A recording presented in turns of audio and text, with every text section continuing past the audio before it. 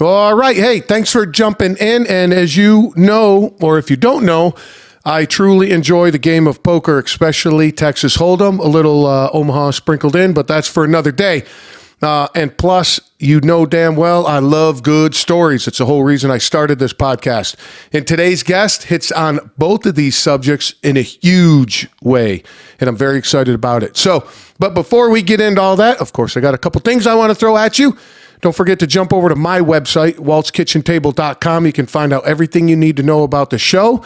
And if you want a little sunshine in your inbox once a month, right in the front page underneath my smiling mug is you can hook up with the newsletter. All right? Jump over there, and if you want to get a hold of me, good place to do that as well.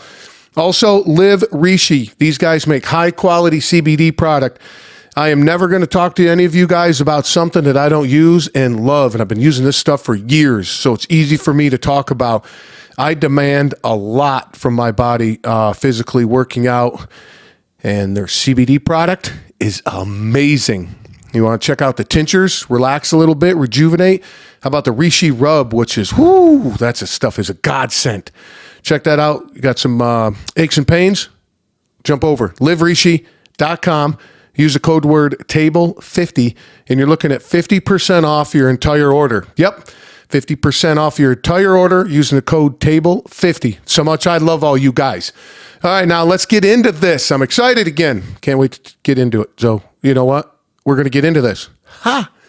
Welcome to Walt's Kitchen Table, where I feature captivating stories from fascinating people. When I moved to New Jersey, of course, I started to look into poker games. Not too long into that, I met Sal, and that's S-A-L for you don't understand my accent, Sal. Really nice guy, got to know him well. And I knew he worked at the airport. There's a airport close to New York City. It's the closest private airport to New York City. And I knew he worked there, but he never really talked much about anything, and you'll see why here in a few minutes. But hell of a card player, fun guy, easy to laugh once you get to know him. Big-hearted dude, and always enjoy spending time with him. And I'll put his Instagram in the link so you can check him out, and Facebook and all that so you can connect with him. After the intro music, this episode starts a little weirder, if that's a word, because normally, I start talking to the guests and, tell them that everything's on the internet, my normal intro. But this one here, as the camera guys and ladies were setting everything up, huge shout out to Kraus Marketing, links in the show note for giving me the space and the crew to film this. But Sal and I just started talking, just started ripping on things, man, and I didn't want to miss it. It's all good stuff. So I just hit the record button. So if you're watching this on YouTube, you're just going to see a great picture of Sal and I after the recording. But once we start recording and I do my little intro, you'll see the video. So be patient about that. And if you're not watching it on YouTube, God damn it, get your ass over there and subscribe. Check it out. All right. That's about all I'm going to say to this. And the stories that Sal has, I can't touch them. So I'm going to let him tell you all about them. Let's get to it.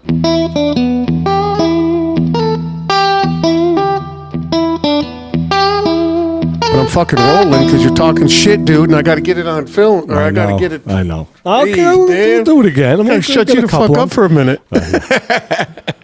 Thanks for coming down, man. Yeah, no sweat. It's fucking nice. That's a nice little setup. Different for me. I'm not used to. You're not all into production and all that kind of stuff. No, come on. I'm not that type of person. I'm very personal, quiet, and then this This, to be honest, was not allowed. This after I retired, I could do this. Yeah, so this was all privacy, and we had a signed privacy. Like you can't be, Good thing social media wasn't around back then. Holy shit! No, actually, we had to sign a waiver. Like we could not put anything on social media. They would not allow us to put anything on social media. Rightly and I never did. Yeah. The only person that actually told me to put it on social media was Jimmy Fallon. He goes, I don't care where you put it. So that's the type of guy that he is too, right? I don't care where you put it. I says, I would never, and I told him, I would never put it on Facebook. He goes, put it wherever you want. Oh, nice. Jimmy Fallon. That's my favorite ice cream. That's my favorite ice cream, dude. The Tonight Dough. Little Ben and Jerry's. Dude, I got my ass just fucking handed to me in that Fairlawn game the other night. Oh, dude, that's Donk Central. Holy, that one fucking... Donkey Central. Dude, that one fucking dude gets me every fucking time. On your table? Yeah, older dude. He sat directly across from me. I know who you're talking about. Yes, I know every exactly fucking time. who you're talking as about. As soon as he sat down at my table, I go, he's going to wipe me out with a runner. Who wipes me out? And sure enough, fucking runner, he wipes me out, dude. Wipes me out? Robert Greene's brother, or is his brother? Oh, that fucking guy talks all the time. Oh, my God. And he sits there like this. He goes, Man, really? Yeah, Man, you calling that? Man, all right, I'll call. And you're like, fuck, I'm done. He called me with air to the river. And he nails it. And I had nothing. But he didn't know I had nothing. Yeah. He didn't know I didn't have anything. He called me with air the whole way. Ace 10. He had 0 on the board. 0. Called me the whole way. He had ace 10 or you had ace 10? He had ace 10. He had 0. Shit. He beat the guy next to him with pocket fours, called pocket fours all the way to the river. The guy was betting? I was just going to say. 5 overs to the fours.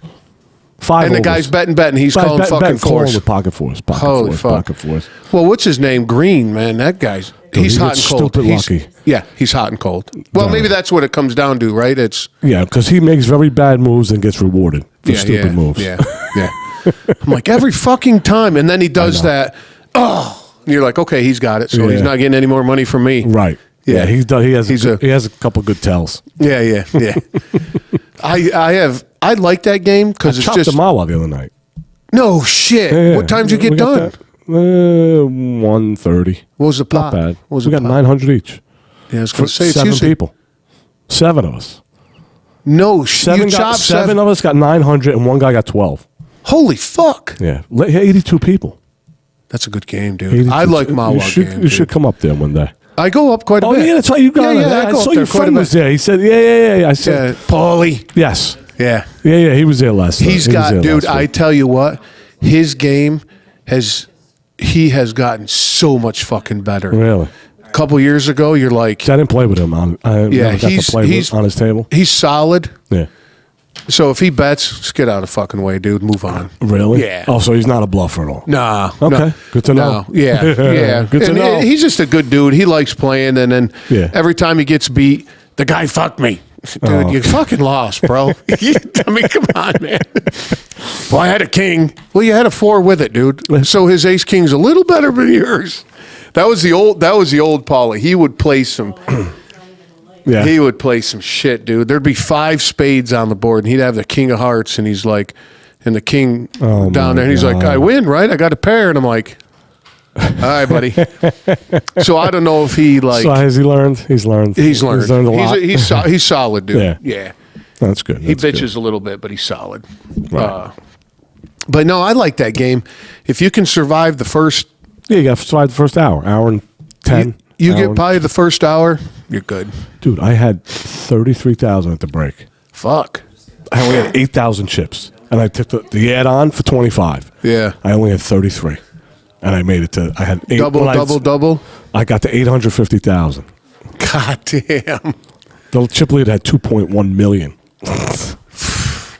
I probably would have chips. I probably would have known half those guys at the final table too. Probably. Yeah, you would have known a lot of guys. Yeah. A lot of guys. When the weather gets better, you're gonna have it at your place again? Oh yeah. Oh hell yeah. Oh yeah. Keep me informed. That's a good game, dude. Yeah. And then I might do like a 150 freeze out. No buy-ins. No rebuys. I don't like the rebuys. I don't like the. John Bissardo won't come unless if there's rebuys. If there's rebuys, he won't come up. He won't come. He doesn't like them. I mean, I got into River Edge 2 weeks ago, which was shocking. Yeah. He doesn't like, but he doesn't like the rebuys. I don't prefer them either. But no, just hey man, this is the games, and that's how they build the pots. Well, that's yeah. And the thing is, guys like you and I, we just got to survive the rebuys. You got to survive that last 15-minute frenzy. Is what it is. It's They're like last level before rebuys end. You're like just fucking. It's bingo time. Yeah. I know. So I've lived and died by that because sometimes I'm like, fuck it, dude. If I don't make it through, I'll just. Yeah, if you're low stacked, you're gonna do it too. Yeah. I mean, if you're under the starting, you do it. Yeah. You know, why go into the after the break? Exactly right. Why go into after the break low stacked? Yep. When you get, My wife says that one of my things, and it works really well for me in business as well. I can just read your body language. Yeah. If and then it just tells me if you're interested or not. I fucking move on. That's Hit poker. the card game. That's poker. Yeah, helps in poker. Some of the. Oh, you want me to smile? some of those guys, man. They like vibrate in their seat and you're like, okay, I guess I'm not going to pay you off. What the fuck, man? Yes. Or they just some guys immediately put the chip over their cards, and they're in the hand. Yeah. They're in the hand. They're not folding. I have a guy that does it every time. I know exactly if he's going to call or not. Yep. And then the oldest, one of the oldest tricks or the oldest thing you can tell, the flop will come down. They'll be looking. And they get all stiff like this, and you're like, if you look at your fucking chips, you're going to bet. And they're like, I go, fuck, he's betting, I'm out. Yep. It's once they make the peek at the chips. Yeah. It's coming. It's coming. Yeah. Fuck, he's betting. Fuck. All right, I got to go. You like my vintage cards, dude? Yeah, what the hell? They look a little aged. That's nice, though, right? Yeah. I get people bitching about them. I can't read them. Why, you use those? Yeah. Oh, you really do use them? I thought they were just props. No. I've used those I had home games forever, dude. Forever. I just bought Kopaks for my home game. I bought 3 sets. Yeah. So I had a studio when I had the video photo company. I had a studio in Parsippany. Oh, yeah? That was fucking huge. Really? And we'd put 5-6 tables. Oh, my God. Yeah, dude, it got to the point where a good buddy of mine has a landscaping business, and he was a bouncer for a long time and knew all those guys, down. There was a handful of games I'd call him up and go, I just need a little muscle at the door, dude. Because you think that guy walks around with a lot of cash over at Mawa? Right. I was walking around I'm like, I don't need somebody walking in here and fucking. That's the only good thing is we probably have 7-8 cops playing. Well, that's a thing. That game's got a rep you don't walk in on. Right. Yeah. The rep, yes. Yeah. All right, dude. Hey, man, thanks for coming down. No sweat. I appreciate it. Yeah. And now everything you say is going to be on the internet. All right. So don't talk shit about anybody. I just can't say the name of where I work. That's it. Just Teterboro Airport. That's all. I just can't say the name of the company. Oh, okay. Oh, I see what you're saying. Teterboro Airport is fine. But there's a fucking shit ton of companies that probably fly out of there, right? That's why I just can't say the name of my company that I work for. That's all. Okay. So, a bunch of reasons having you on the show. Obviously, sit around bullshit, right? Sure. But our mutual love for poker, so I know we got a shit ton of poker stories. Yeah. And then your history with the private airport and everybody that you met. Yeah. Dude. We were talking before the show, and I'm like... 37 years. You were there for 37 years. 37 years. Started July 1985. How'd you get hooked up there? You lived here, and then No, the union rep lived around a block from me. Oh, the old Jersey thing. I know a guy kind of, huh? Exactly. My man. Started there at 19 and just retired last year. Dude, so benefits good, pays good, that kind of thing. 401k, pension. I'm collecting my pension now. It's all good. Living a dream. Playing cards and guest appearances on podcasts to tell your stories, right? Shit, that's all right, bud. That's all right. Yes, sir. Well, before the show, man, we were talking about cards. And what's the last big game you played in? Last big game I went to was the Brigada, which was... That was just not a week ago or something. A week and a half ago, which was an absolute crap show. You can swear. Oh, dude, by the way, I swear like a fucking sailor, dude. So, well, it was an absolute shit show there because... Get the fuck out of here. They had 1,000 people turned away from the tournament. They sold the tournament out by 3 o'clock in the afternoon, which they were supposed to have a second flight at 7, not open till 6. They sold the entire tournament out at 3. So people got there at 3, 4, 5, waited 3.5 hours. Could shut out of the tournament. Even with all the flights sold out immediately. 2 flights sold out inside of 5 hours. I thought there was 2 days with 2 flights. No, 1 day, 2 flights, which they should have done 2 days, 2 flights. Now, was that Sunday or Monday? It was Sunday. The second day was Monday. Only 1 flight per day? 1 flight, 2 flights Sunday, a 10 a.m. and a 7 p.m. And then 1 on Monday? No, that was day 2. Oh, that was okay. That was your final. Okay, all right. And they shut out about 500 people. Get the fuck out of here. It was that popular. I know people that waited 3 hours. And then they're just like, see you, dude. Yeah, Peace. we shut out. Yeah, they shut the window, and that's it. You're done. So a lot of people were pissed. The line went from the poker room to the old homestead. If you know the Borgata, that's the entire opposite end of the Borgata. And then how many people? 1,062 entries. 1,062. They chopped the final table 30,000 each. So two guys got 9 guys. 9 guys. 9 guys got 30. Holy shit! Yeah. What day did the final end? They actually ended pretty early. Monday. It only took Monday one fucking evening. day. No, you played day 1 Sunday.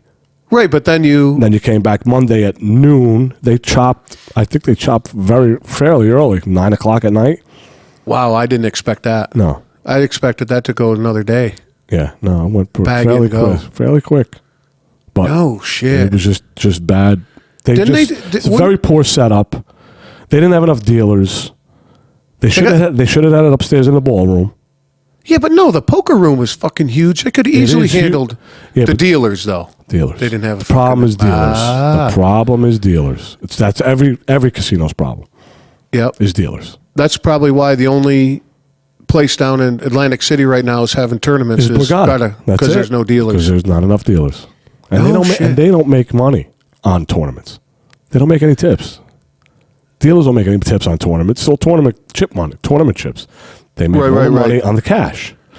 So a lot of dealers don't want to deal tournaments. Is it just an hourly rate then on a? I guess, yeah. And then there's now what they did was they put an incentive. They put an extra $10. If you buy an extra 10,000 chip for $10, it goes into a dealer pool. Yeah, a lot of people do that.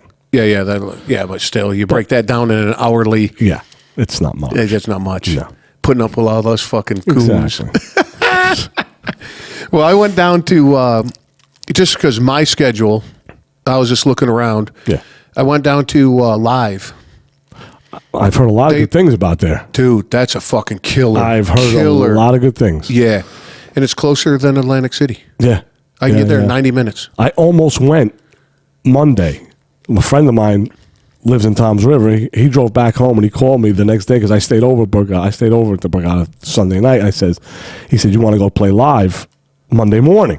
I'm like, What tournament did they? They had a same 450. 450, but only $20,000 guarantee. The Borgata was $200,000. See, the one that I did was Yeah, I mean that's the draw, right? Right. Yeah. They knew they were going to get bombarded. The first big tournament after COVID, they knew they were going to get bombed. Yep. They knew it. Yep.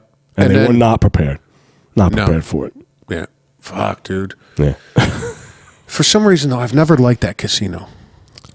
Yeah, not even my favorite. Even the poker room. I'm not my favorite. I'm not so I stay away from it. Yeah, not my favorite. I mean, I liked the opens. When they had the opens upstairs those were in cool. the ballroom, those were I'd be fine. all over that. Yes. Hopefully they get back to it in the spring. Well, depending on get some help down there, right? Yeah. Dude, I went down to Live, and again, my schedule, so I just was looking. Yeah. And it was on a Friday. It was a flight. It was Friday, Saturday, and then Sunday was your final, right? Oh. But you played till midnight. If you made it till midnight, started 11 a.m. If you made it till midnight. Wow, you played that long. You made it the next 13 day. hours? Wow. Right? So I said, fuck, dude, $450, get 100,000 in chips. Oh, wow, deep stack. Dude. Nice. Right? So I'm like, I could sit there for 10 hours, dude. On 100,000 chips, yeah. Yeah. And I'm like, look at the value of it. I don't get to play long-term like that very often just because of my schedule, right? I'm not fucking coming back on Sunday or Monday or Saturday or whatever. And you're not dumping 1,000 of the blackjack table. Exactly right? I can justify $450 for 11 hours of entertainment. Yeah, right? Absolutely. Best part is, get down there, cash game's going, right? I was like, all right, I'll sit in a cash game for a little while. They had a little 1-3 going. Yeah. Bunch of old dudes, man. Oh. Yeah, see, I knew you would be doing that. Dude, I sat down with $100 chops. Oh, dude, I sat down with $135. Problem is they all fold. No, these guys, that's what I thought. Oh, really? I figured you make it 1-3, make it 10, they all dump. Nope. Those guys were, and then there was a couple younger guys in there, and they were shoving around, and just over an hour, I had $535 in them. Nice. I said, well, fuck, I'm free rolling the tournament. Free rolling, yeah. Right? And started at 11.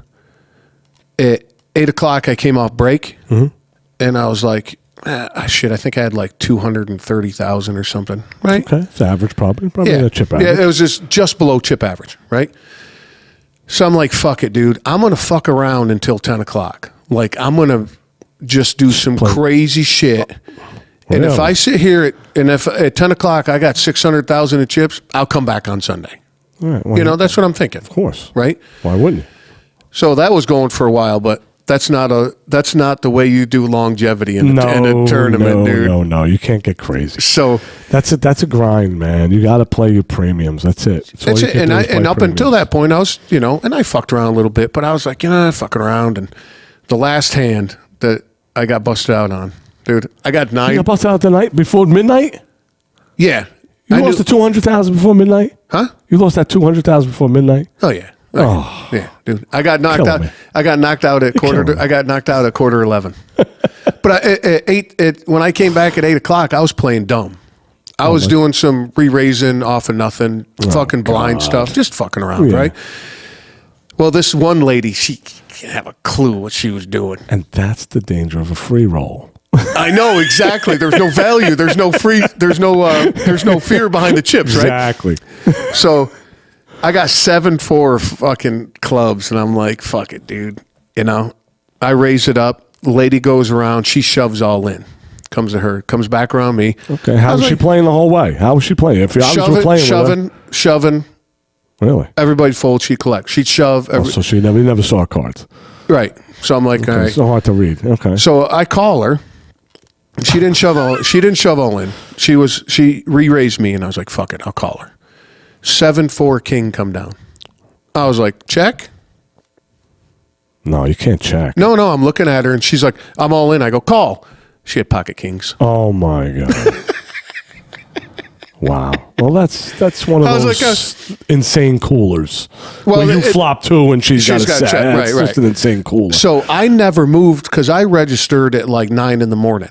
So I got a table seat and all that where I never moved all day. I was in the front of that's rare. Yeah, right. I was in the front of the tables. Yeah. So they were moving toward us, right? Yeah, that's not often that happens. So I was playing with the same fucking group of people most of the day. That's what I like to do. I want to learn that table. Right. As best as I can. I bust out on that, and this guy across the table looks at me, goes, "You've been fucking around for a while, huh?" And I go, "Yeah." And he goes, "I noticed." And I go, "Yeah, I'm going home, dude." He's like, "See ya."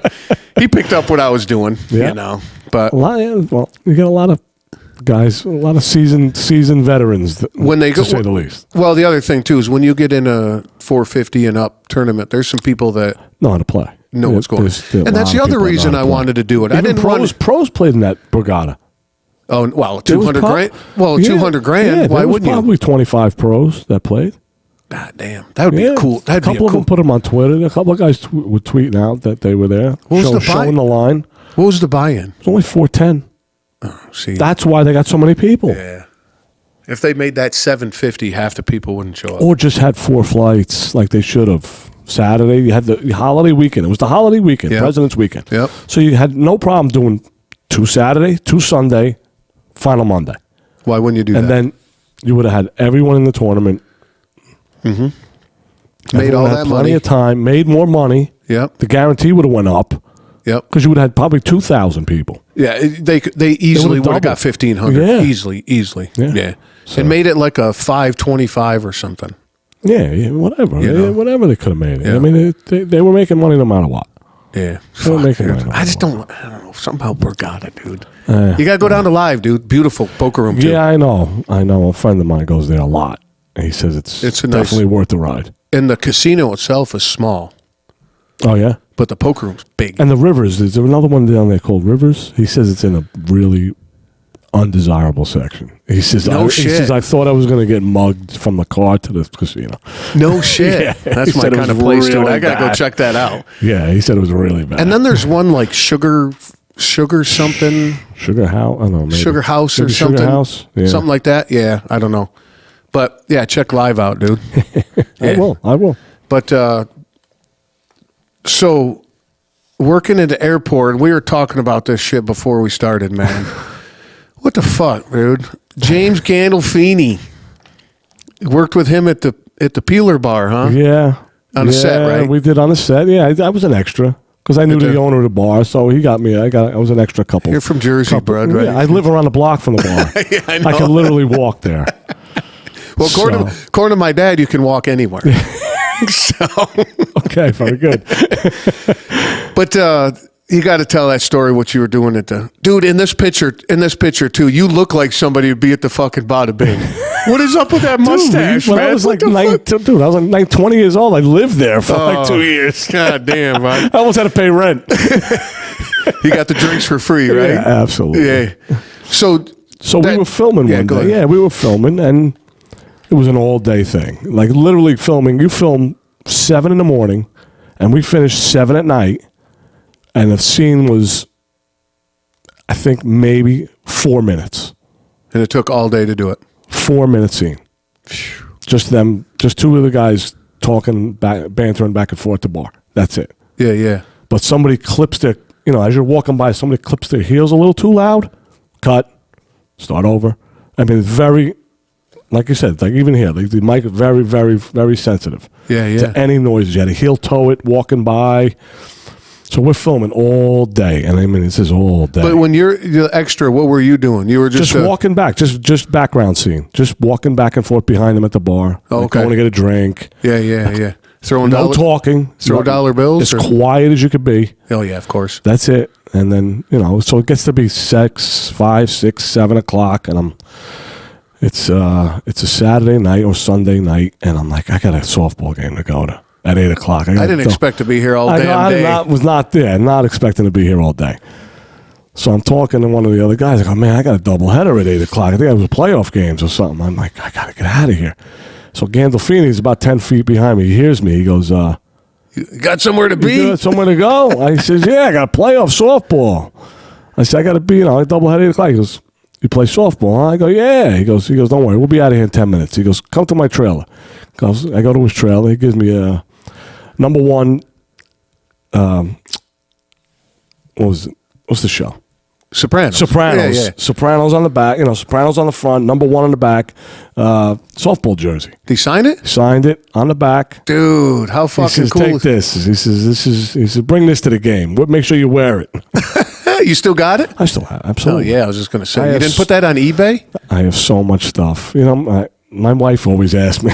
My wife always, she goes, if we're ever stuck and hungry and cold, she says, I know where to go to get money. Yeah, put that shit out. Go right to your man cave. Yeah. Holy shit. Because I have the autograph stuff I have is insane.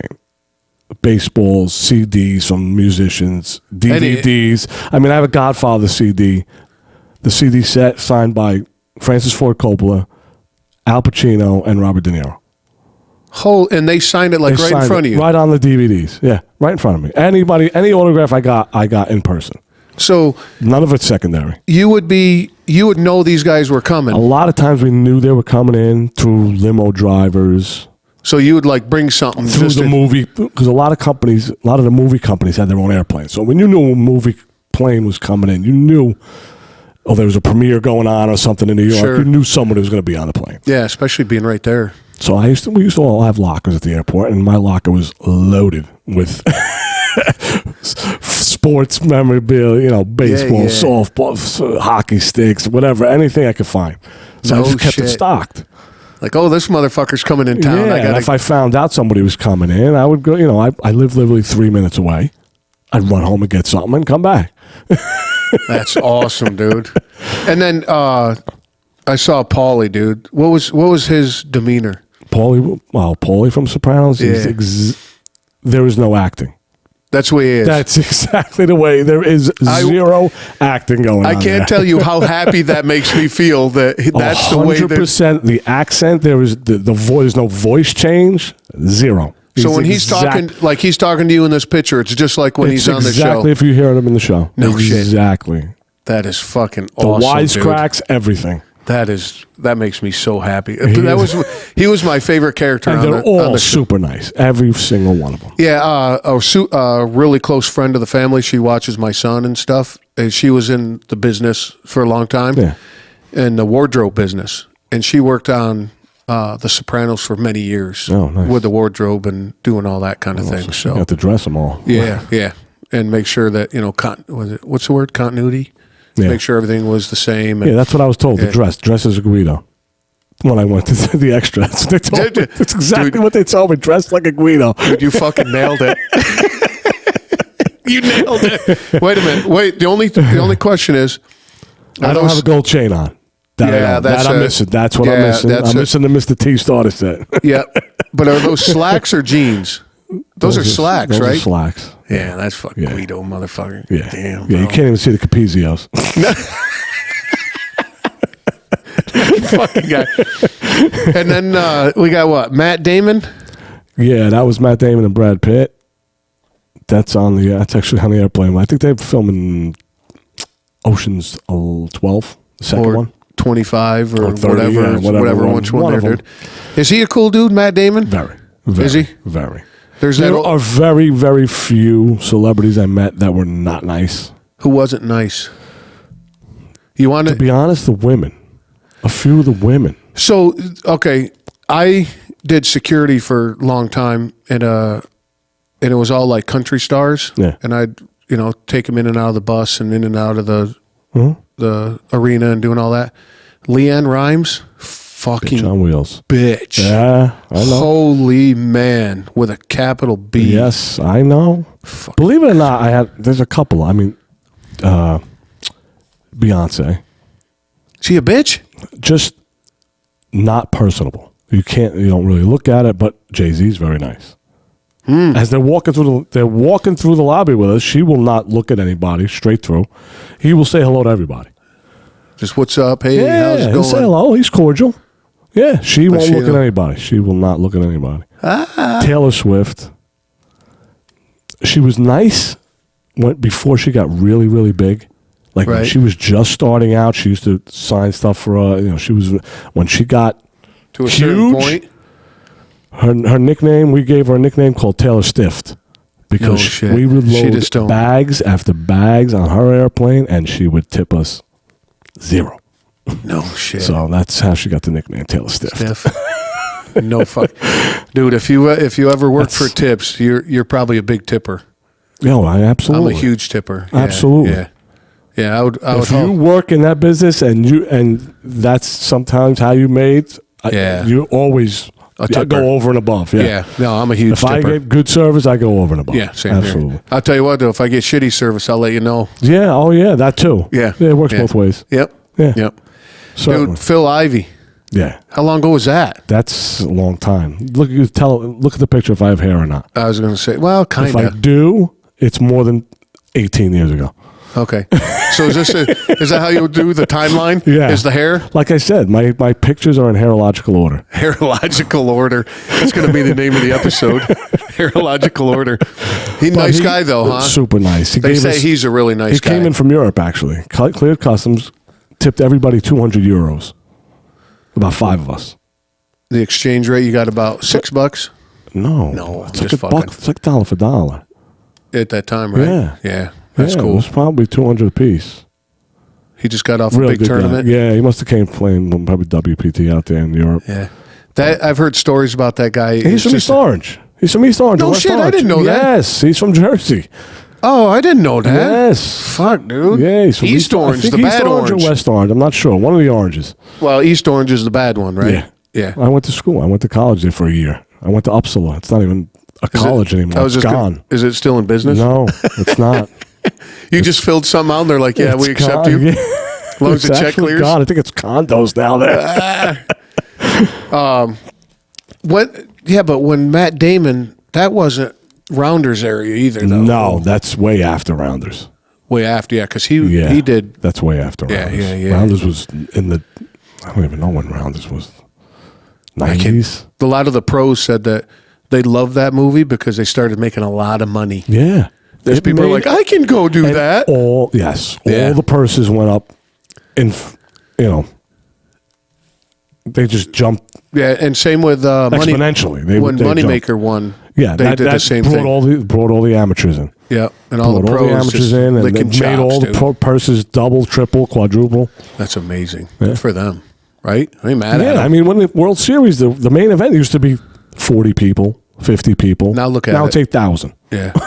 Dude, I tell you what, I was going to Vegas a lot, and during the World Series of Poker, back when I was going, the structure, it just wasn't worth it.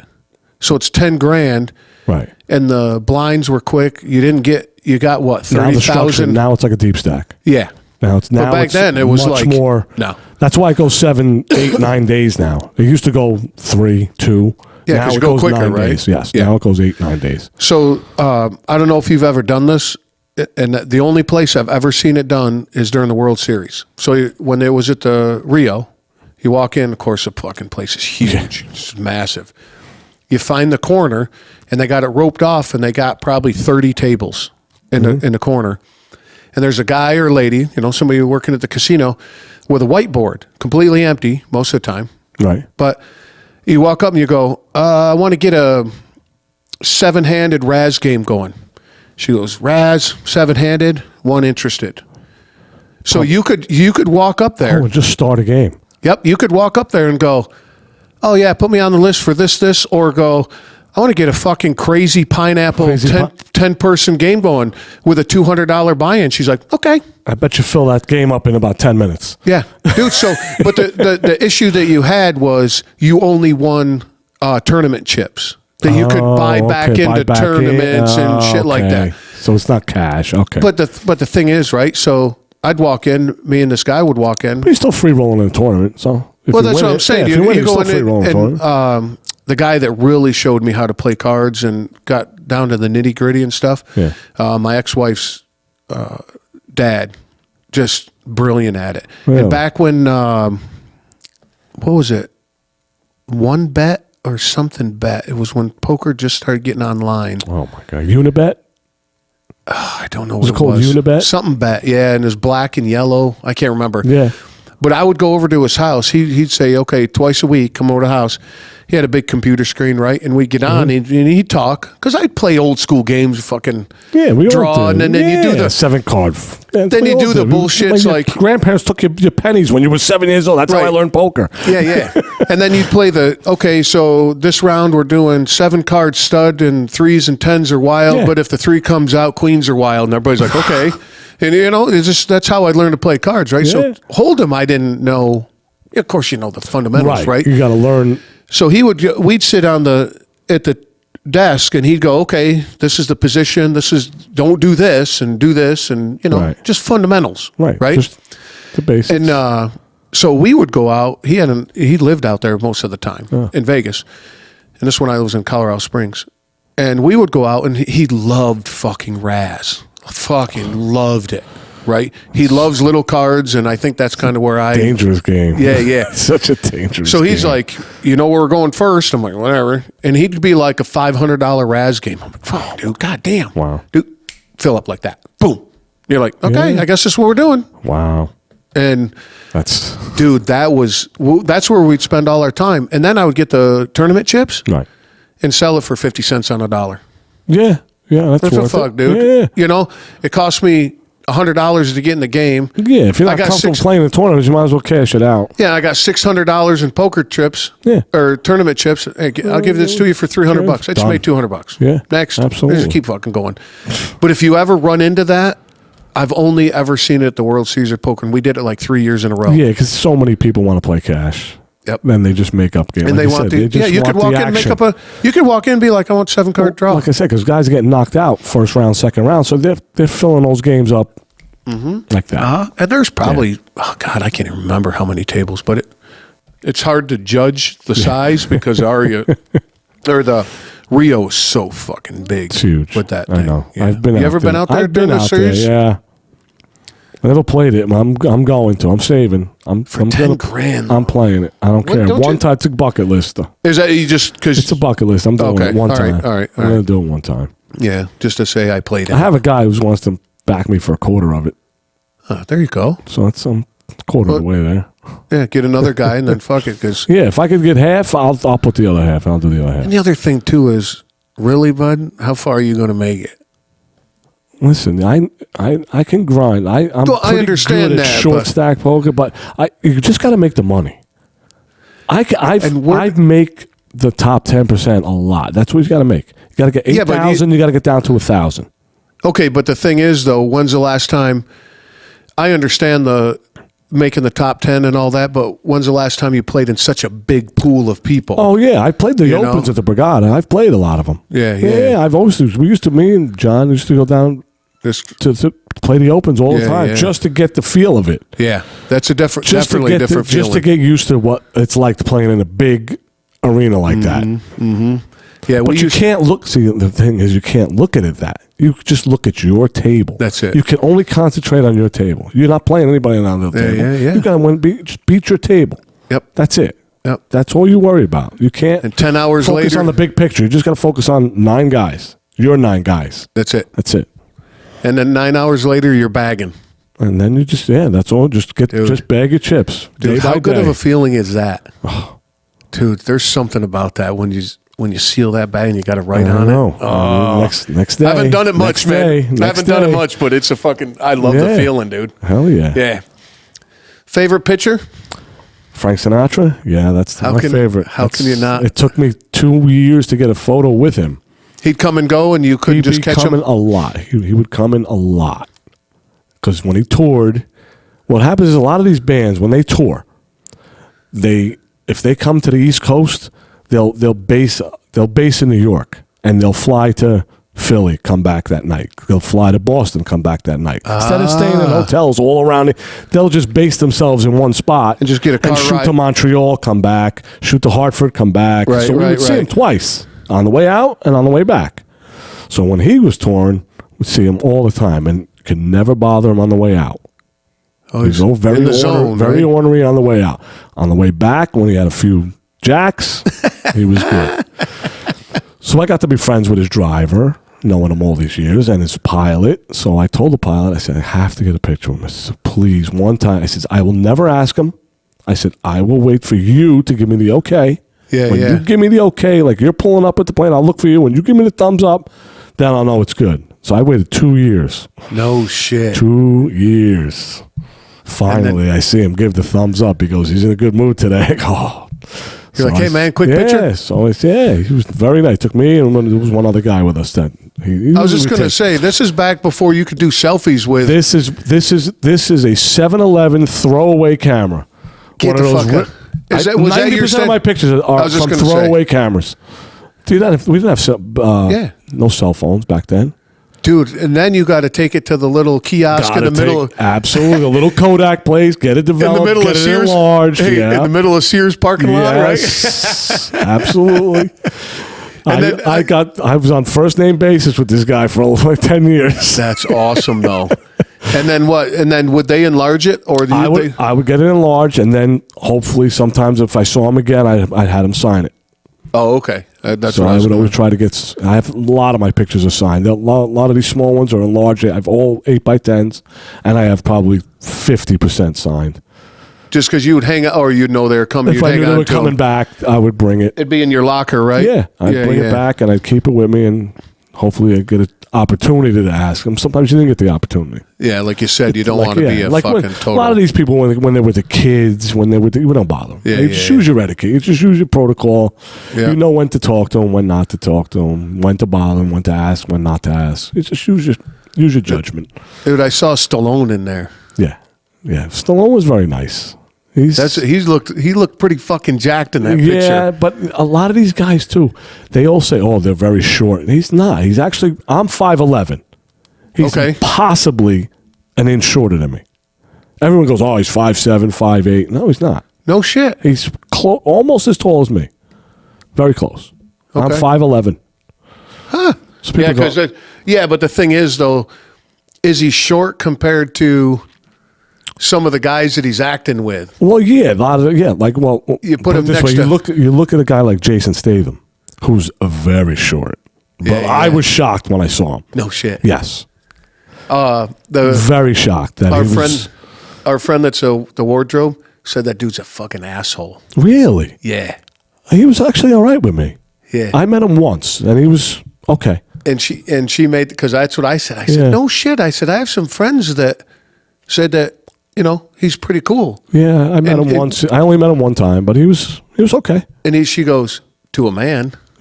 And I went, oh, okay. He's one of those. Yeah, okay, all right, whatever. I don't know. I'm a big fan of him anyway. So yeah, so am I. I get the comparison every now and then. I do. Oh, they think you're Jason Statham? So I've gotten that, and I always get the Bruce Willis. Oh yeah. I get the Bruce Willis all the time. I have a picture with Bruce and him. Me and him both have white shirts on. Shit. And Bruce even goes, "Want to switch hats?" And I have a funny story about Bruce Willis. When they opened Planet Hollywood, remember when they opened Planet Hollywood way back in New York, and it was a big. No, I don't. I don't. This was that. They opened the restaurant. It was a chain of restaurants called Planet Hollywood. It was Bruce Willis, Stallone, and Arnold Schwarzenegger. Who there owned were three owners. Okay, all right. So they're having the big opening in New York. So I have a picture with Bruce. That picture that I have of me and him.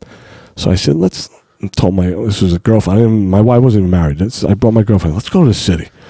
We'll see if we can get in. I'll bring the picture. I'll say I'm his body double. We go to the city. There's a line, probably 500 people waiting to get in this place. No shit. So I go, fuck this. I ain't waiting. Walk up right to the front of the line. I go, listen. I showed the guy a picture. I'm Bruce Willis's bodyguard. I said, I'm his body double. I do the stunts. I said, he's supposed to come in tonight. He told me he was going to come. I says, I don't have to wait in this thing. He goes, no, come right in. Right to the VIP room. Sat there, ate. My girl goes, are you out of your mind? I go, shut up. Just act like you do. Just act like you're supposed to be here. Pretend you belong. Just pretend you belong. Was the food any good? Food was great. Everything. We ate, drank, maybe stayed an hour and a half. I said, let's not push the envelope. I saw the guy. I said, yeah. He said, he's probably coming. I'm going to go outside and make a phone call. I left. Let's get out of here. Boom. Yeah, I was just going to say. Yeah, we bolted. Yeah. That's a great story. It's like, all right, man, we've been here fucking long enough. We got to get out of here. I don't want to push it. Yeah. Oh, that's awesome. Is that place? That's now, not am I open, aging myself that you don't know Planet Hollywood? The thing is, as soon as I hear Planet Hollywood, I just think the reason. Let me explain why Planet Hollywood jumps in my mind. Go ahead. When I was running the nightclub, the owner would set us up at Planet Hollywood in Vegas every once in a while. Oh, okay. So as soon as somebody says Planet Hollywood, I'm like, they opened up. I get a little PTSD. Yeah, it was like a restaurant chain. Not there anymore. Almost like a Hard Rock. Yeah, similar, very similar Hard Rock cafe. Yeah. But movie memorabilia, they had the same thing. Basically the same as a Hard Rock, just movie memorabilia. What? Who's the most famous person you ever played cards with? Cards? Yeah, I got one for you. I think we played at one of the opens with who's that boy? Brad Garrett, the guy from Everybody Loves Raymond, the brother. Oh yeah, I think he played. Yeah, he was playing. Oh, that's right. He was playing for a while. Yeah. I do remember him. It made me think of it. It was Hard Rock out in Vegas. They had this 1-3 game going, cash game. Mm-hmm. It was like the standard game with a $10 mandatory button straddle. Nice. Dude, right? Nice. So I would play in that, and when I was at that time, never seen the mandatory button straddle. It was wow. And they encouraged it was like they called it like trash something. So they encouraged you to fucking just play trash cards. Really? It was a weird game, right?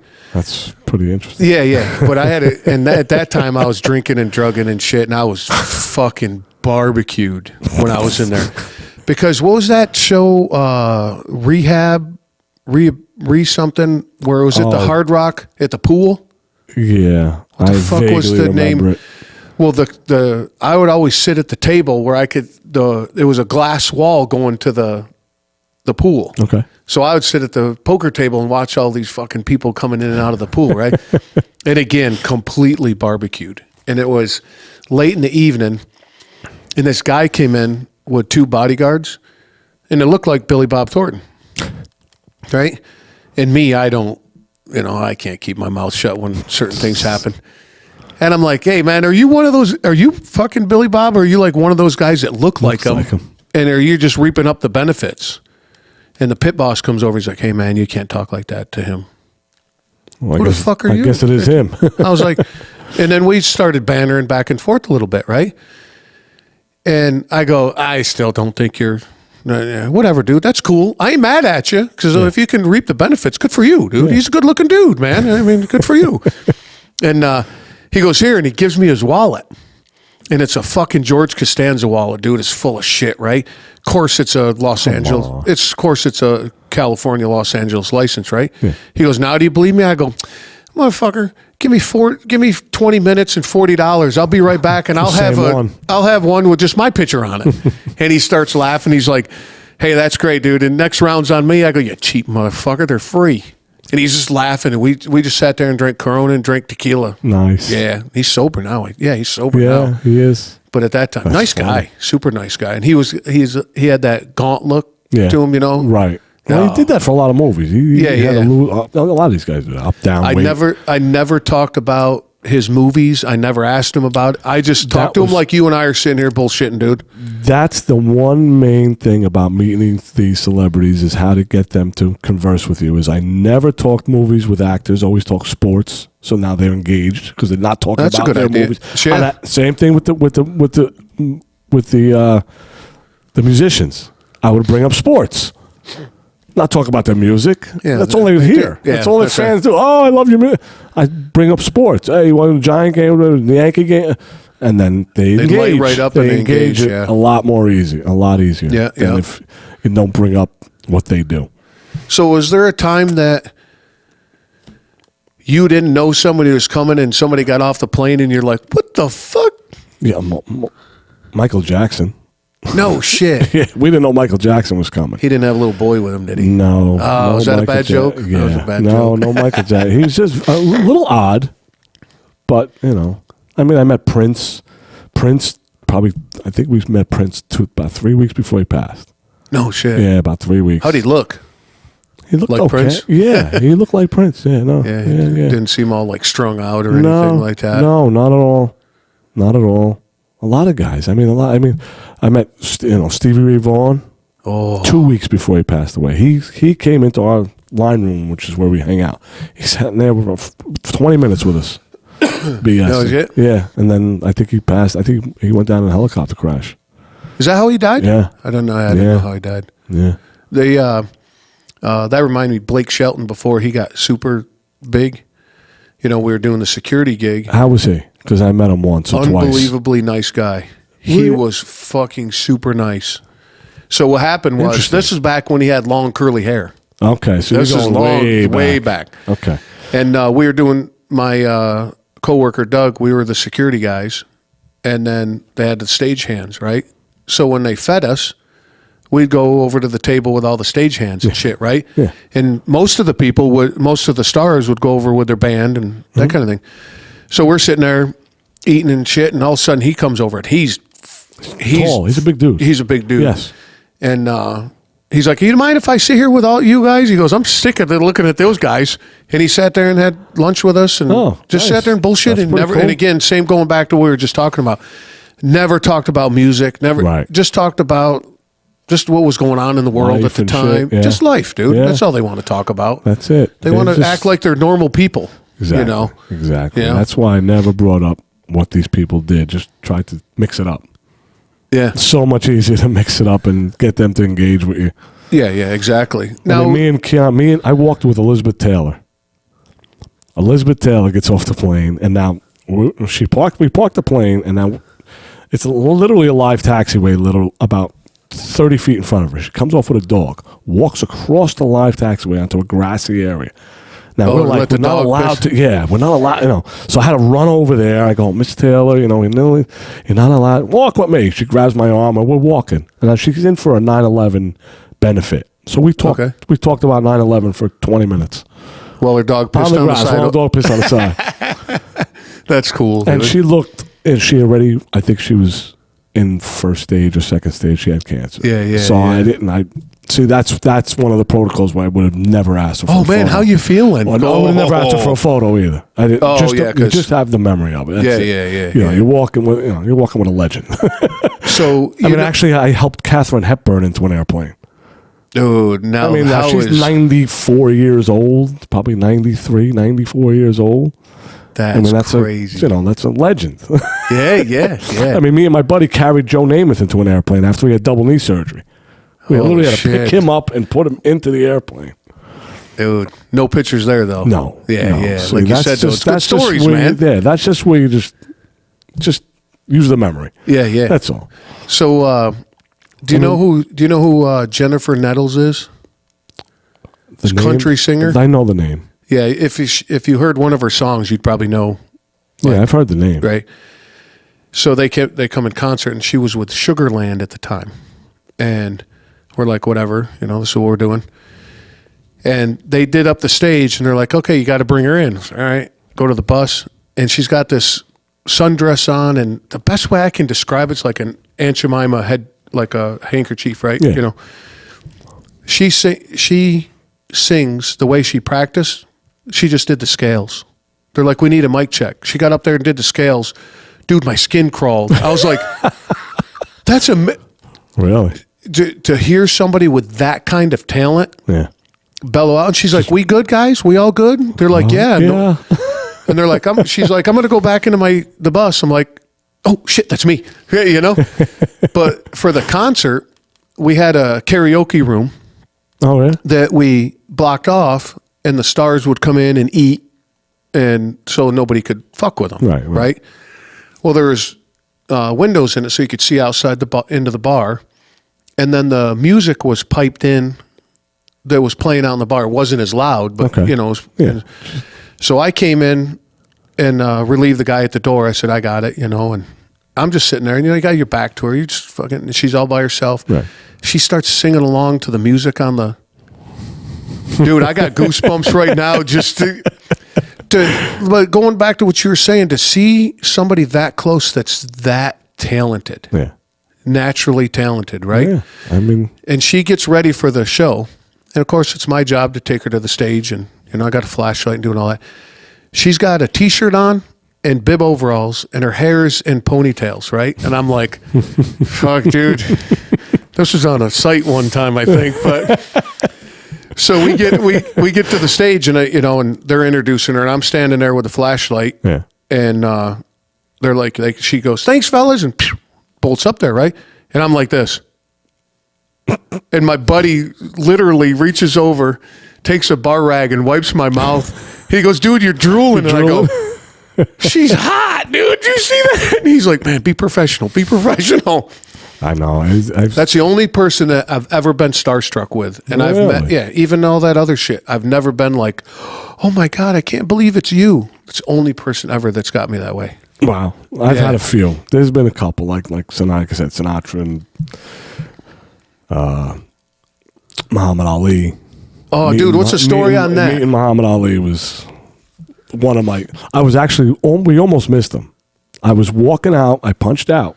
Walked out to my car. Was walking right past one of the, just not a limo, just a sedan, and I see the driver thing has the sometimes they write the thing on it. It says M. Ali, and I go, no way, no friggin' way. I go to the driver. I go, you're not picking up Muhammad Ali. He goes, yeah. He goes, be here in 10 minutes. Shit, I call my buddy inside. I go, dude, get the golf cart. I said, meet this plane. It's Muhammad Ali. Don't tell anybody. Just bring him out to the front, and we'll get hooked up. So he brings him out to the car. So we go to take the picture. We asked him if we could take a picture. He's very nice. I mean, where was he in his stage of illness? Was not. His mind was fine. He just couldn't get the words out. Okay. Just what about his mobility and stuff? Mobility was fine. He wasn't shaking yet. Wasn't really shaking at all. This is early on. But he would not take a picture of us next to each other. He made me put our fists up, took my hand, put it right on his nose, and then he says, "All right," nodded like to take the picture. So that's how I go. That's the picture. And that's that picture there, right? That's that picture. Dude, that is super cool. And then he did it with your buddy too. Then I imagine, did it with my buddy also. Yep. And that's your little. And then we had a couple other people start walking over. So I put him in the car. So he says, "Don't worry about it." He said it really very low, but he says, "Just another day." He says, "Don't worry about it." No, like shit. He's so used to being. Yeah. I mean, he's probably one of the most known faces on earth. Yeah. And name and everything. I mean, look what he did. And he did not mind one bit. That's awesome. Fucking Muhammad. Great. Oh, Jesus, dude. I mean, we all got blessed by Mother Teresa. She came in and we all got little medallions. She gave us all these little medallions. She blessed us all, like 7 of us, lined us up, gave us all a blessing. Did it work? Not really. I was just going to say. She had her work cut out with you, dude. Yeah. God damn. Yeah, I'm surprised I didn't get struck by lightning. So here's a day in the life of Sal. So he gets blessed by Mother Teresa, and then he goes to the Peeler Bar with James Gandolfini, and then goes play softball. Damn, bro, come on, just another day, dude. So that's it. Yeah, there's a few. We got there. We got there. Probably. I'm going to reel off the 5 nicest people. This is probably the top 5. All right. I'm gonna. It's all guys. Yeah, we've talked about that. It's all guys. Yeah. It's Denzel Washington. No shit. What stage? Where was he doing when you met him? I met him over a course probably 10, 15 years. He's been in and out. Okay. Every time. He's the nicest guy. I mean, very, very, very friendly. George Clooney. Yeah, I heard he was super down to earth. The ladies will agree with you on that. Yeah. I think. Johnny Depp. He seems like he would be a cool dude. Johnny Depp is the coolest dude, and he's always drunk. No shit. The thing is, like with Johnny Depp, you see him the way he dresses and everything, and you're like, that's not an act. No, it's not an act. Yeah. No. Yeah. I could see him. He pulled into the limo. He pulled in to leave. He pulled in, his limo pulled in. 3 kids followed him from the city. Now, they're standing outside our gate. They're not allowed to come on private property. Yeah. They're standing out there. They have about 25 16 by 20 photos each. He gets out of the car, walks to the gate, signs all 75 of them. No shit. He took one. He said, give me one. He gave it to the security guard that worked our gate. He says, this guy gets one. Yeah. He took pictures with all of us, signed every one. He goes, I know you're putting them on my eBay. He goes, I don't care. He signed every one of them. Took about 20 minutes. No shit. Yeah. He didn't have and to how do far that. was the walk? Like it was it's pretty good. Yeah, probably 50 feet. Yeah. 50, 75-foot walk from the car to the gate. Yeah. God damn, dude. Yeah. You think a lot of people would be like, fuck that, dude. I'm out of here. Yeah. No. He was. All right, so he's a regular dude. That's 3, right? That's 3. I'm going to go with, believe it or not, he's actually not on TV. Mario Batali, the chef. Mario Batali. Yeah, the guy who used to wear the Crocs.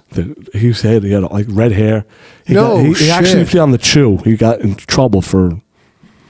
He's not on the show anymore. Put it that way. Sexual harassment? Probably. Yeah. I think that's what it was. But when I say the nicest guy, gave me. It's just right before Christmas. He's flying out. I tell him I'm doing lamb chops on the grill. I says, give me any tips. He goes, tips. He goes, come here. He wrote down a whole recipe for me. He says, try these. He said, tell me how they are. When I get back, he said, you tell me how your family like these. No shit. Knock your socks off. Just like off the top of his head. Off the top of his head, wrote out the whole menu. Wrote out the entire marinade. What to do, exactly how long to cook it. God damn. Super, super dude. Yeah. And who else too? Who you would think is not nice? Oprah. You said 5 guys, dude. I know. I have to throw Oprah. I got to throw Oprah in there. I got it's continuity, dude. Because my wife was a huge fan, loved the show. She was doing a show in Radio City in about 3 weeks down the road. So I tell her that you can go online to register for tickets. So I ask her. She comes in a lot. I said, how do I go online to register for tickets? My wife would love to go. I said, I want to try and get her tickets. What are you talking about? Go online. He goes, what? Write her name down. I go, no. I don't want to impose. Please. I'll do the right. She says, come over here, write her name down and her cell number. When I get back to Chicago, she'll have a call. You'll have how many seats you need. I said, just her and her sister, 2 seats. You'll have 2 seats. Don't worry about it. 2 hours later, my wife gets a call from Oprah's Press, 2 seats, second row, Radio City. See, that's good PR for her. Yeah. That's yeah. I mean, she was but that's not the only time. She was always nice. Never, always nice. Dude. Very nice. And believe it, I'm going to blow your mind with this one. Bill Cosby. Oh, nice? Dude, the nicest guy ever. There's probably now I'm talking about when I started there. I'm talking about 1985 to probably 92, 92, whenever the Cosby Show was being in that time. Yeah. See, people say all the stuff that's going on with him now. I never saw him with another woman on the airplane other than his family. He always traveled by himself or family. Never saw him ever with another woman, ever. But he used to buy us Fat Mike's, who used to be on Route 17. Yeah. He actually wore Fat Mike's shirt on the Emmys. He wore Fat Mike's T-shirt, Hasbro Kites, and on the Emmys.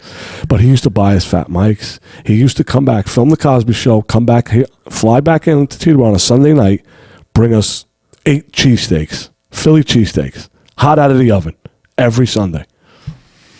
Damn, dude. And like to sit there and talk with him, he was just a cool dude. He's on my wedding video. How the fuck's that happen? I asked him, I got engaged to my wife. I tell him one day, I said, Mr. C, I says, maybe you could say a few words. I'm going to maybe one day I bring the video camera and you could say, maybe just say congratulations, maybe tell it. He goes, yeah. I'll be back next Sunday. He says, bring the camera Sunday. So the following Sunday, you got this old VHS camera, big lunky VHS camera, 3 times the size of that, and I bring it in, and now he comes off the plane. Now, little do I know, he comes in with about 10 people. Oprah's on the plane. The old mayor David Dinkins is on the plane. It's probably 45 degrees out. It's a 100-foot walk from the airplane to where we're going to film inside my line check. They're all off the plane. They're all standing there. I walk out there. I go, I'm not asking them. I said, no. I said, shit, yeah. I said, Mr. C, let's go. He goes, what are you talking about? He goes, I told you we're going to do. He goes, he tells everybody standing there, Oprah, wait here. I'll be right back. Walks into the line shack with us, does like a 5-minute thing, tells a little joke. Says, congratulations, Sal, Denise. He says, I'll tell you the joke he told me. He says, this is what I want you to do. He says, before you're married, he says, every time you make love, take a pebble, put it in a bucket. He says, every time, take a pebble, put it in a bucket. He says, after you get married, every time, take one out. He goes, you'll never empty the bucket. He told that on the video? He's on my video. On my video. It's on my wedding video. Bill Cosby. Nice. One of his jokes that I love, he goes, until I was 4 years, or until I was like 12 or whatever age he said, he goes, I thought my name was Jesus Christ. And my brother was God damn it. And one of the best jokes. I love that one. Yeah, I mean, I was shocked when I heard all that stuff. I was just... You just never know about people, right? Yeah, I know. You know? Yeah. Do you think that when people get to a certain level of power... Like, because he was always huge. He had a Gulfstream 4 back then. I mean, but I'm saying though, after he had a lot of power back then, and I never heard of bad word about him. Wasn't he doing that at that time? I don't know.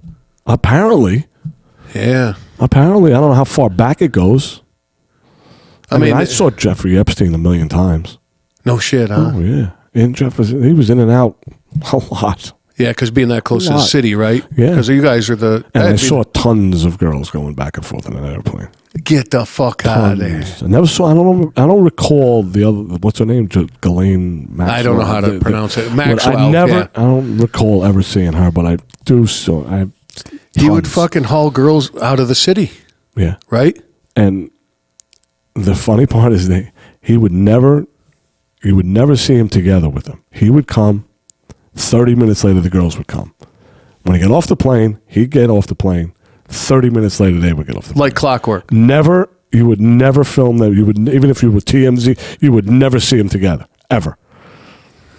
He'd be in the car. He's got a good press agent. Gone, long gone before the girls would get off the plane. Yeah. God damn.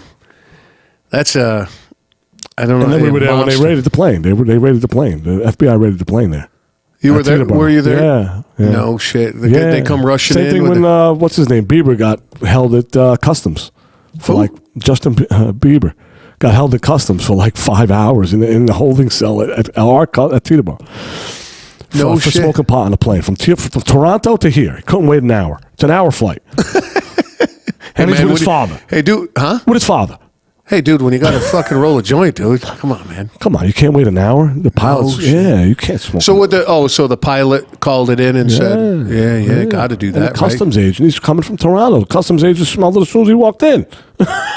Now, the thing is, though, is that going back to somebody with so much power, they're like, fuck it, dude, I can get away with this, right? Yeah. And then you get to an Epstein or a Bill Cosby. Yeah.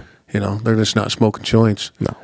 Damn, dude. Dude, nicest guys in the world, man. So when all that went down with Epstein, you're like, I knew something was happening. I mean, what was your first reaction? I mean, none of them looked young. Like underage, no, but I couldn't tell. I mean, but they were all tall model likes, all model types. Yeah. He's going in, pulling them from there. Didn't put anything together if they were underage. Did you watch that show? Yeah, I did. Dude, see, I watched it. I watched it looking for how did that dude make all his money? They didn't get too detailed into that. They got more into the other stuff. Yeah. He's self-made, though. He wasn't given it to him. It wasn't given to him. He was self-made. Yeah. No, I knew that. And that's why I was like, and it's kind of like a Ponzi scheme, right? Is that what he was doing? Do you know? No, he was a money manager. He managed billionaires' money. He would not.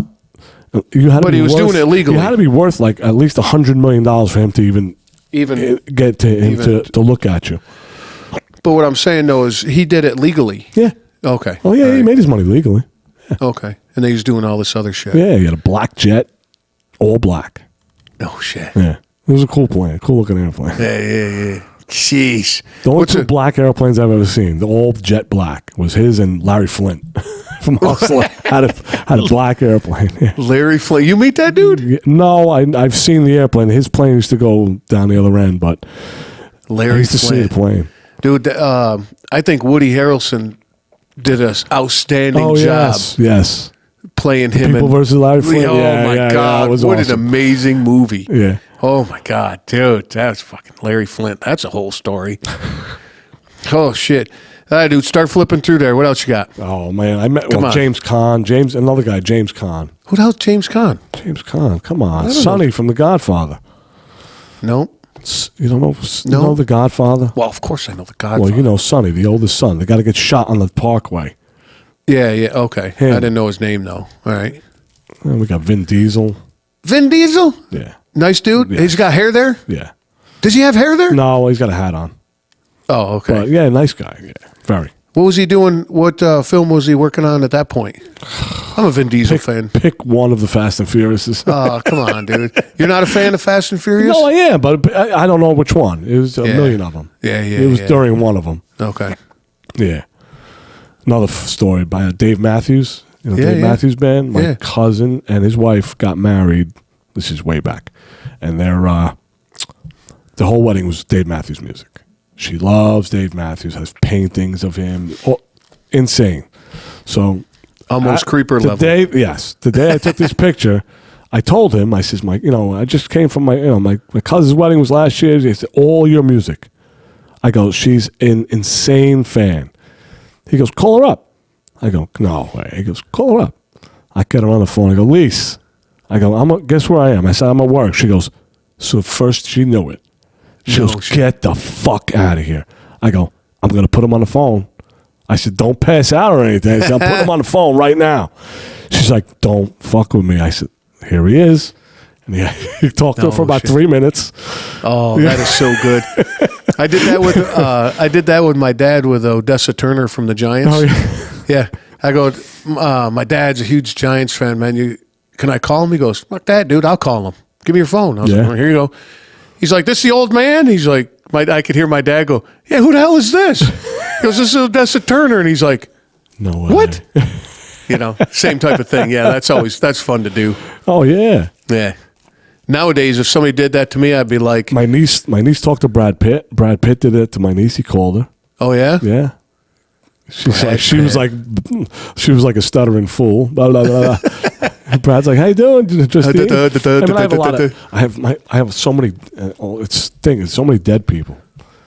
Like people of course, I mean, you're there people for that were young. 37. Patrick Swayze. No shit. Yeah, John. I have one with. I don't even know if I have it in here. David Spade and Chris Farley. Both of them together? Yeah, both of them together.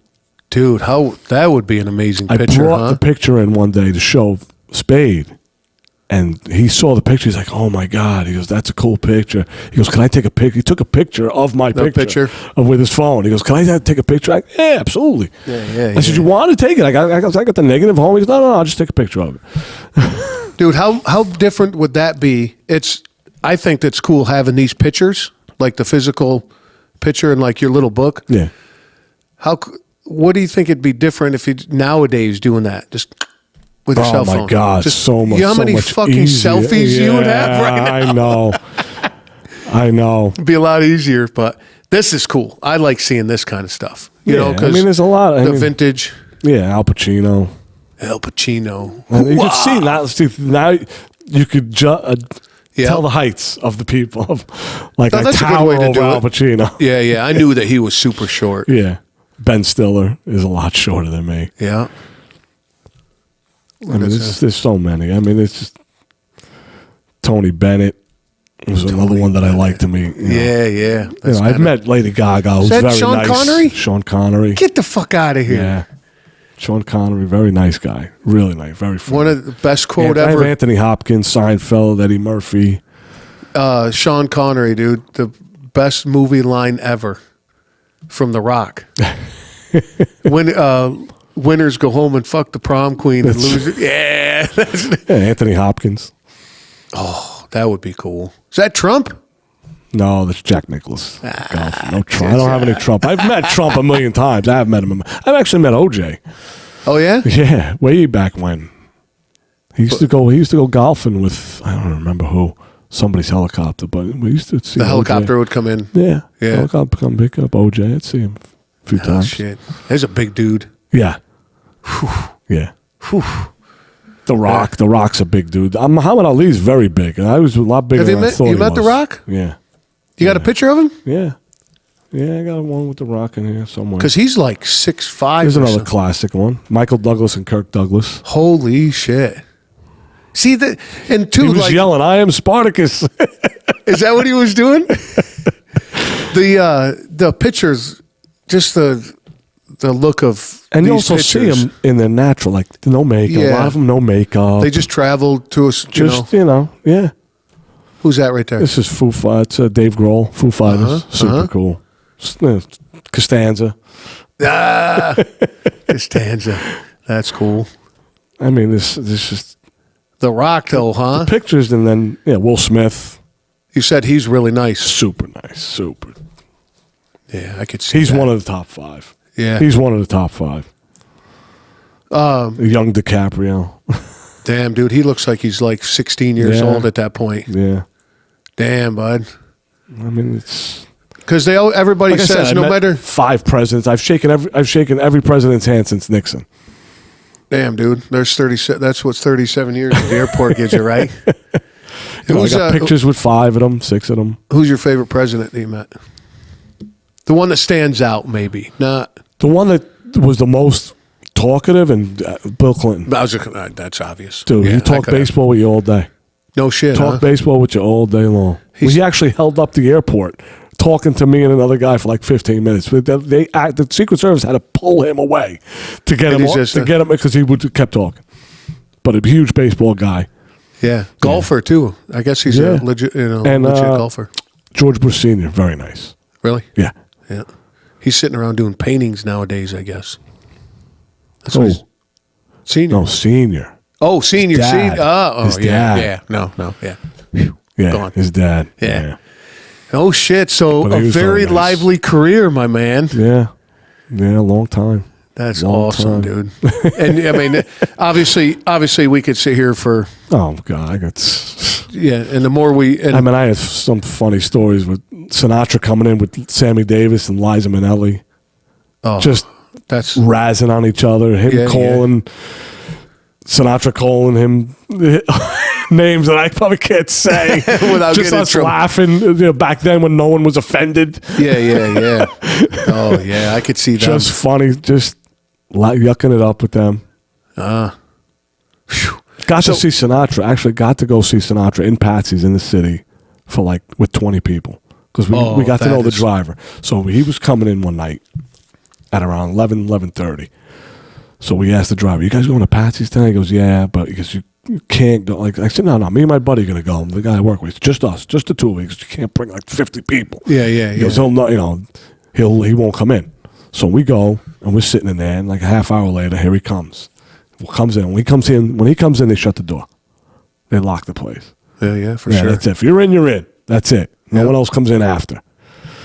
So he does like 5-6 songs with the piano guy for like 25 of us. And like, how big is the room? Like, not small bar. Patsy's in the city. Small, No 25, shit. 25, 30 people. How awesome So is we order that? drinks and we're sitting there and he sees, and we're maybe 20 feet away from him. And he pans the room. Yeah, of course. You know, and he sees us and he knows where we're from.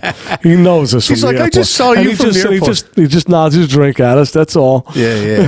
That's cool, dude. Especially from a guy like that. Oh. What's that? You ever see that picture of him getting out of a little helicopter holding a whiskey glass? The glass, yeah. That's I think he had monogrammed or something. Always had a glass, always right? had the glass. And it's one of and it says, you think you're cool, but you'll never be Sinatra getting out of a helicopter holding a whiskey glass cool. It's another thing I want to do. A friend of mine rented his house in Palm Springs. I want to do that one day.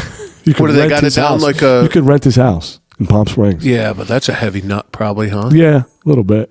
Yeah, that'd be cool, though. But my friend took a picture of a whiskey glass sitting on the thing. Right? Yeah. That's just history stuff, man. Yeah. That is just so... Oh, yeah. You know.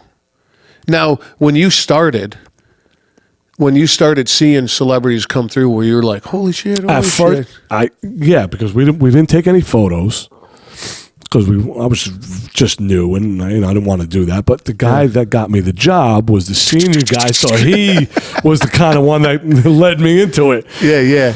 So he got me most of the pictures. But when I first started, I used to tell people, I used to go home and tell people, I met so-and-so today. Yeah, sure you did. Oh, yeah. They thought it was bullshit the whole way. Of course they Everyone would. thought I was BSing. I met Madonna. Yeah, sure you did. I met Paul McCartney. Yeah, okay. Whatever. So did I. Yeah. Okay, Sal. Yeah. So then when I start bringing pictures home, they're like, oh, shit, really? Oh, shit, really? Yeah. Now you can't deny it, right? Yeah. Nah, So then it just became a obsession. So what's on the agenda for you now, man? I mean, it's kind of hard to top what you've been doing. I know. My kids are upset that I don't get to meet anybody anymore. Yeah, now the people my kids got to meet Bon Jovi. They got to meet, like I said, Brad Pitt, Jimmy Fallon. They met. Now, you would bring them to the airport? Yeah, sometimes they would stop down to bring me something to eat or something. And every now and then they'd bump into somebody. Like my daughter brought me down food one day, bumped into Jimmy Fallon. His car pulled up just as her car pulled up. Oh, how cool. So he took a picture with her. He was talking to her. So yeah. Okay, all right. Sometimes it's just random.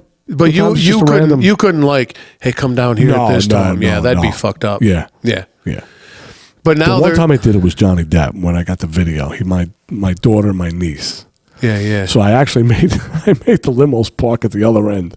I actually moved everything over so out of the way so nobody would see. So he came out and I says, this is my wife, my daughter and my niece are over here. He goes, oh, bring them over. I didn't want to bring them over. Just have him out there where he's got no choice. Right. I asked him. I said, "They're sitting in the car." I said, "I don't want to bring him out if you're in a hurry." He goes, "No, bring him over, no problem."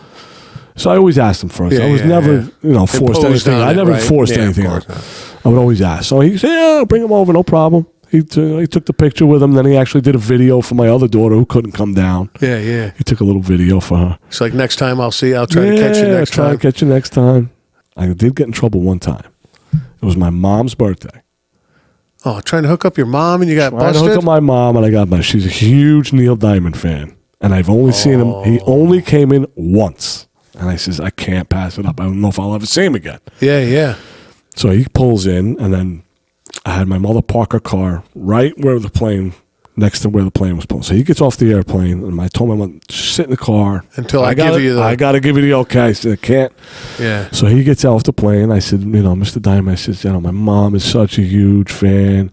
I said, she's sitting in the car. I said, I don't want to bring her out. He said, oh, bring her on. She gets it. She's like a little kid. She had 2 albums, like the big vinyl albums. Yeah. He walked in, he signed them both for her.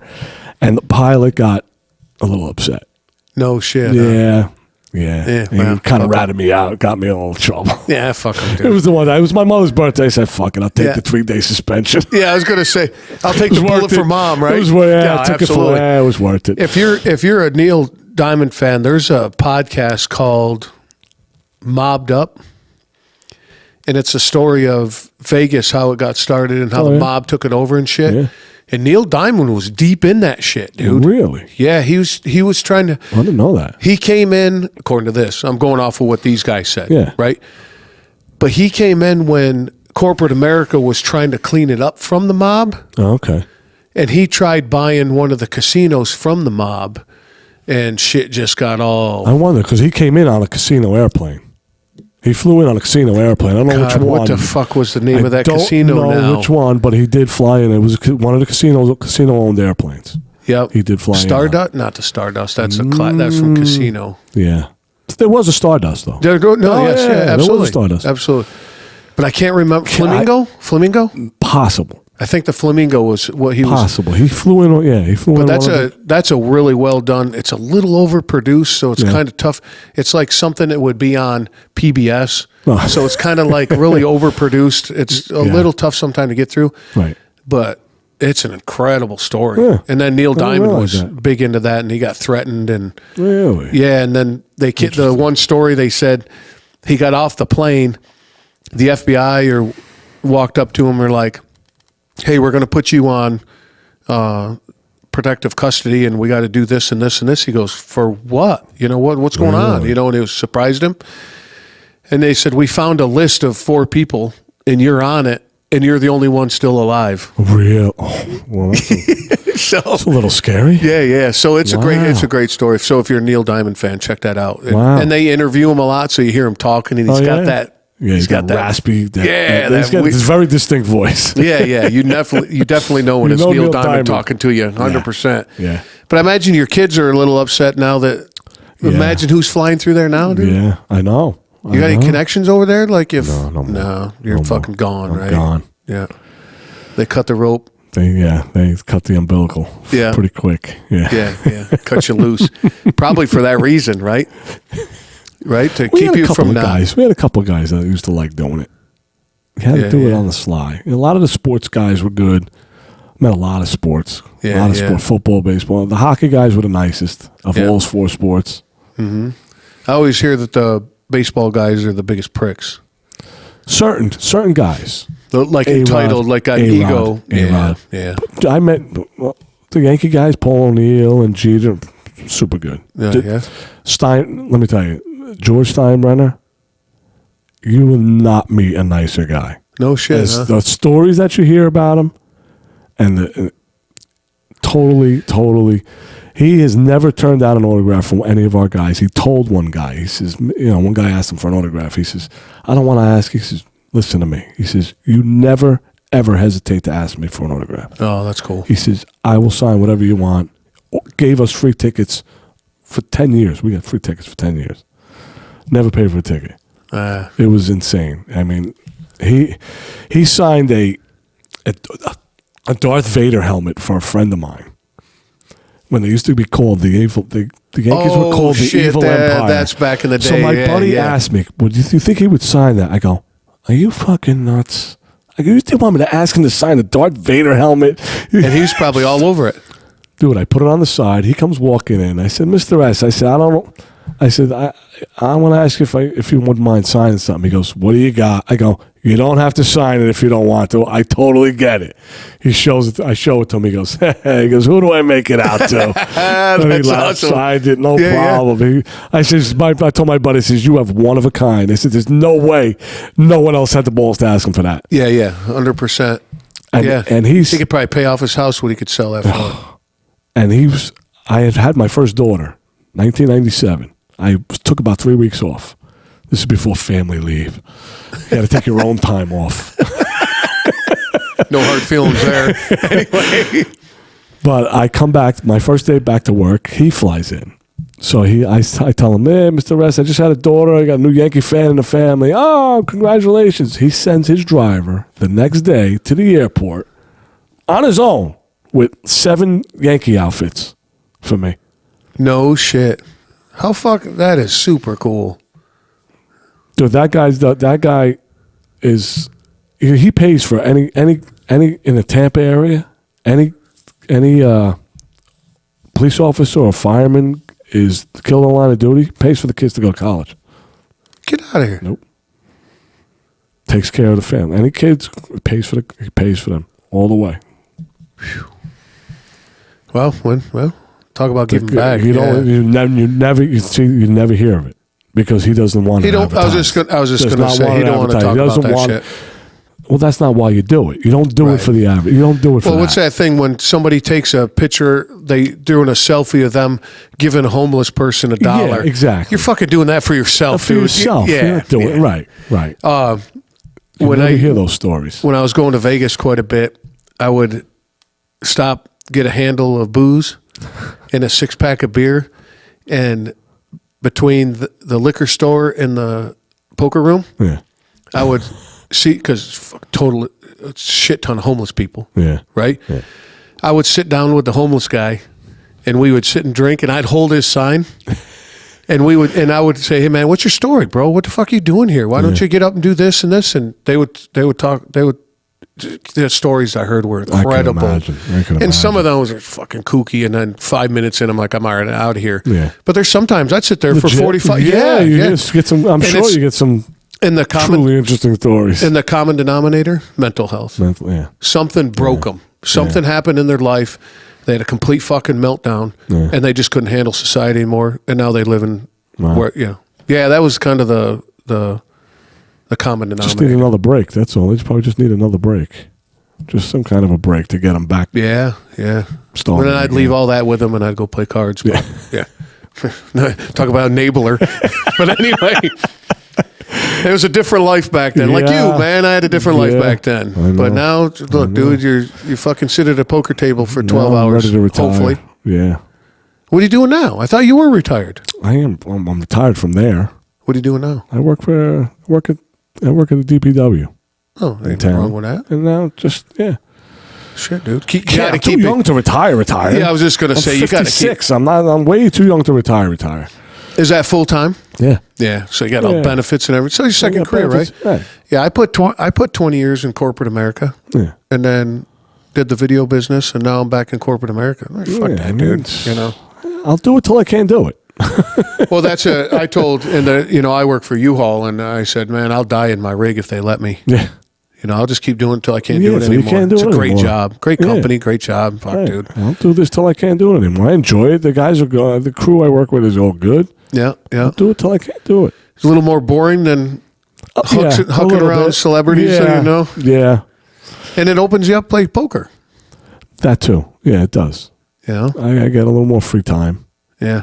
Because I used to have an office cleaning business, which I don't do as much anymore. So now I have a little more free time. Was that your poker budget? The office cleaning business? How to fund it. There's some way to fund it. I was just going to say. Find some way to fund it. Can't win them all, dude. So, no. Dude, I appreciate you coming down, man. Sitting here and telling stories. And I know we could go on and on, but, for other reasons. But we'll do it again, though, huh? Yeah, sure. All right, dude. Yeah. Thanks, brother. I could fill another. Oh, yeah, absolutely, yeah. But, and then I'll see you at the poker table. You got it. All right, buddy. Thanks. All right. No problem. Take care. Whew, man, talk about some fun stories, right? And we didn't even come close to the amount of people that he's met over his long career, and plans are already in works for him to come back on, so I'm excited about that as well. You want to see all these people that he's met? He's got all the pictures on his Facebook page. Link is in the show notes. Jump over. I bet you he'd love to hear from you. And I want to give some credit and some huge shout outs to the people that helped me make this episode possible. First and foremost, and the link to all these guys I'm about to mention are in the show notes. Reach out to them. Kraus Marketing, they helped me with the space and the camera work. They got a great business down in Morristown, New Jersey. And then my buddy Don Seckler, we love to play cards together, and that's his poker table. And Michael Howard of Invisible Productions, he did the editing of this video. Super talented dude. Check him out. He's been on the show as well before. But I'm going to get you out of here because I know you got shit to do. Don't forget, Live Rishi. These guys make high-quality CBD product and 50% off by using the code TABLE50. And my website, waltzkitchentable.com. And would love to hear from you. Anything you need to know about the show. Remember, when I say have a great day, the motherfucker silent. Till next time.